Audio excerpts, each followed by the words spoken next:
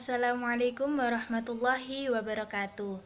Kami dari kelompok 1 yang beranggotakan 3 anak, yaitu saya sendiri, Dea Arneta, Dwi Nurmawati, dan Imtaza Ziyadu Taqwa. Di sini kami akan mempresentasikan hasil diskusi dari kelompok kami mengenai konsep dasar pendidikan. Langsung saja pada pembahasan pertama, yaitu pengertian dari pendidikan. Dalam Kamus Besar Bahasa Indonesia atau KBBI, pendidikan berasal dari kata didik atau mendidik, yaitu memelihara dan memberi latihan mengenai akhlak dan kecerdasan pikiran.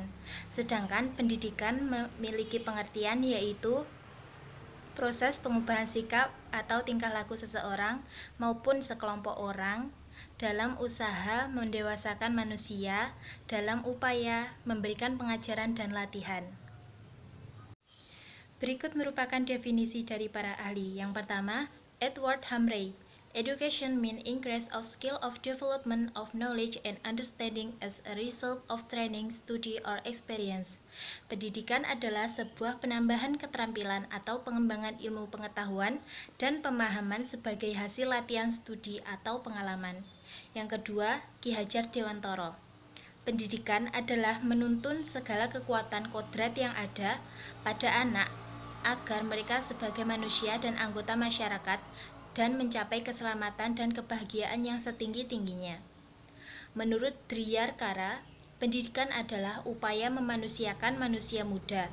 Definisi di atas menunjukkan bahwa pendidikan merupakan usaha sistematis yang bertujuan agar setiap manusia mencapai satu tahapan tertentu di dalam kehidupannya. Pembahasan yang kedua yaitu hakikat pendidikan. Hakikat pendidikan sangat ditentukan oleh nilai-nilai, motivasi, dan tujuan dari pendidikan itu sendiri.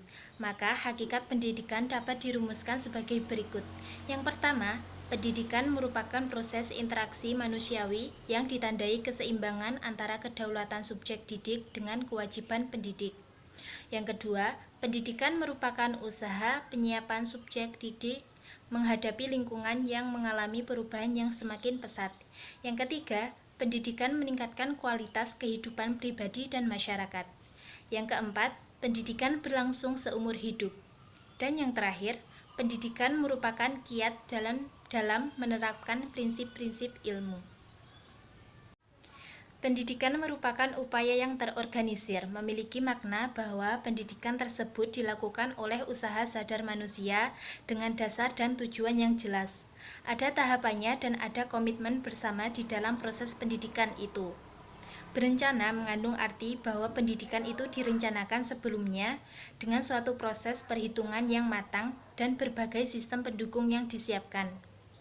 Berlangsung artinya pendidikan itu terus-menerus sepanjang hayat. Selama manusia hidup, proses pendidikan itu akan tetap dibutuhkan, kecuali apabila manusia sudah mati, tidak memerlukan lagi suatu proses pendidikan.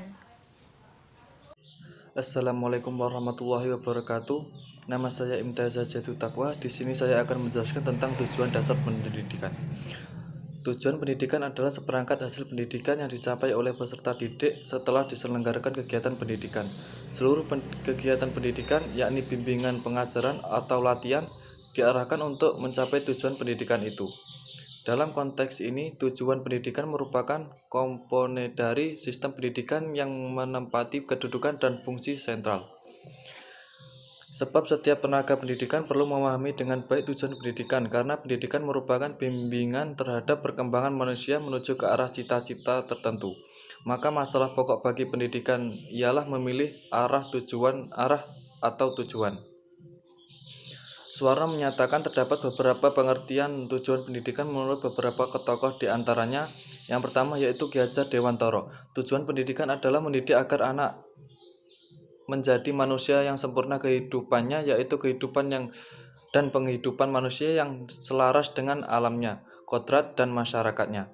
Yang kedua yaitu Johann Amos Comenius, tokoh aliran realisme pendidikan.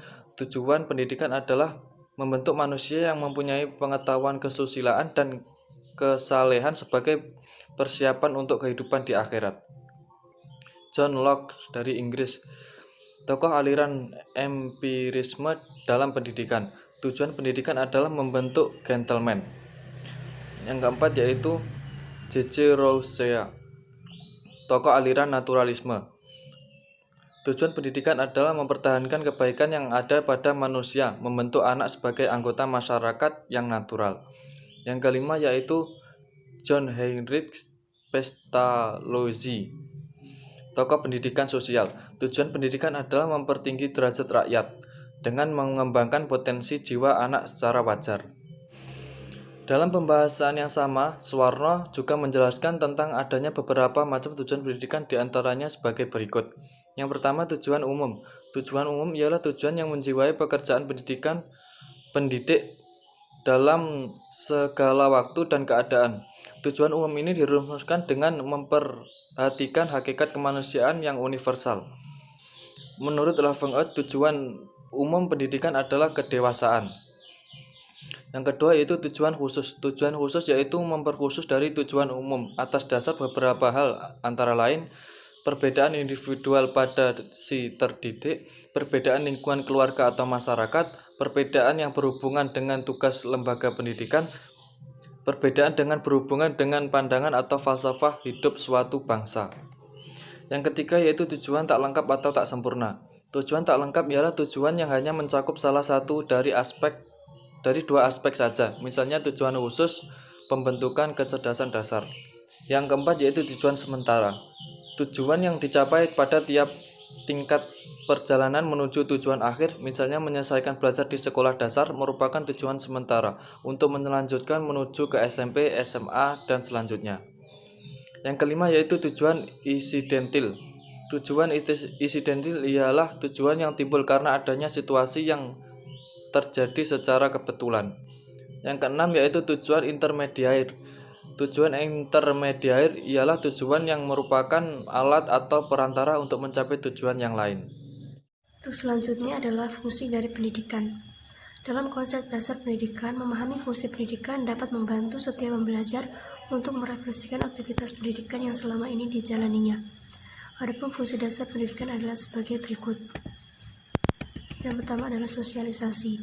Ketika anak-anak dihadapkan untuk dapat hidup mandiri di tengah-tengah masyarakat nantinya, maka nilai dan norma yang berlaku di masyarakat harus diturunkan kepada anak-anak.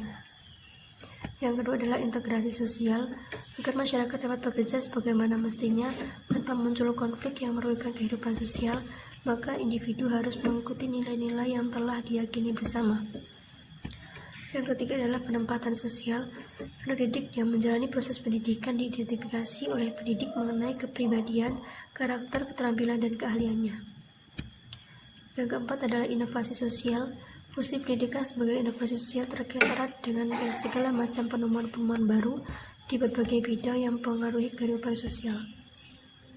Kesimpulan dapat kita ambil dari penjelasan di atas adalah pendidikan adalah proses pengubahan sikap dan tata laku seorang atau kelompok orang dalam usaha mendewasakan manusia melalui upaya pengajaran dan latihan, proses perbuatan, dan cara mendidik.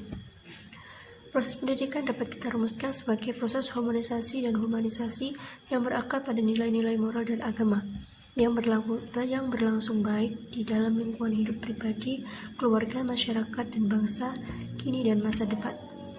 Tujuan pendidikan adalah seperangkat hasil pendidikan yang dicapai oleh peserta didik setelah diselenggarakannya kegiatan pendidikan. Seluruh kegiatan pendidikan, yakni bimbingan, pengajaran, atau latihan, yang diarahkan untuk mencapai tujuan pendidikan itu. Beberapa fungsi dasar pendidikan adalah sebagai berikut. Yang pertama, sosialisasi. Yang kedua, integrasi sosial. Yang ketiga, penempatan sosial. Dan yang keempat adalah inovasi sosial. Sekian yang dapat kami sampaikan. Apabila ada kekurangan, kami mohon maaf. Wassalamualaikum warahmatullahi wabarakatuh.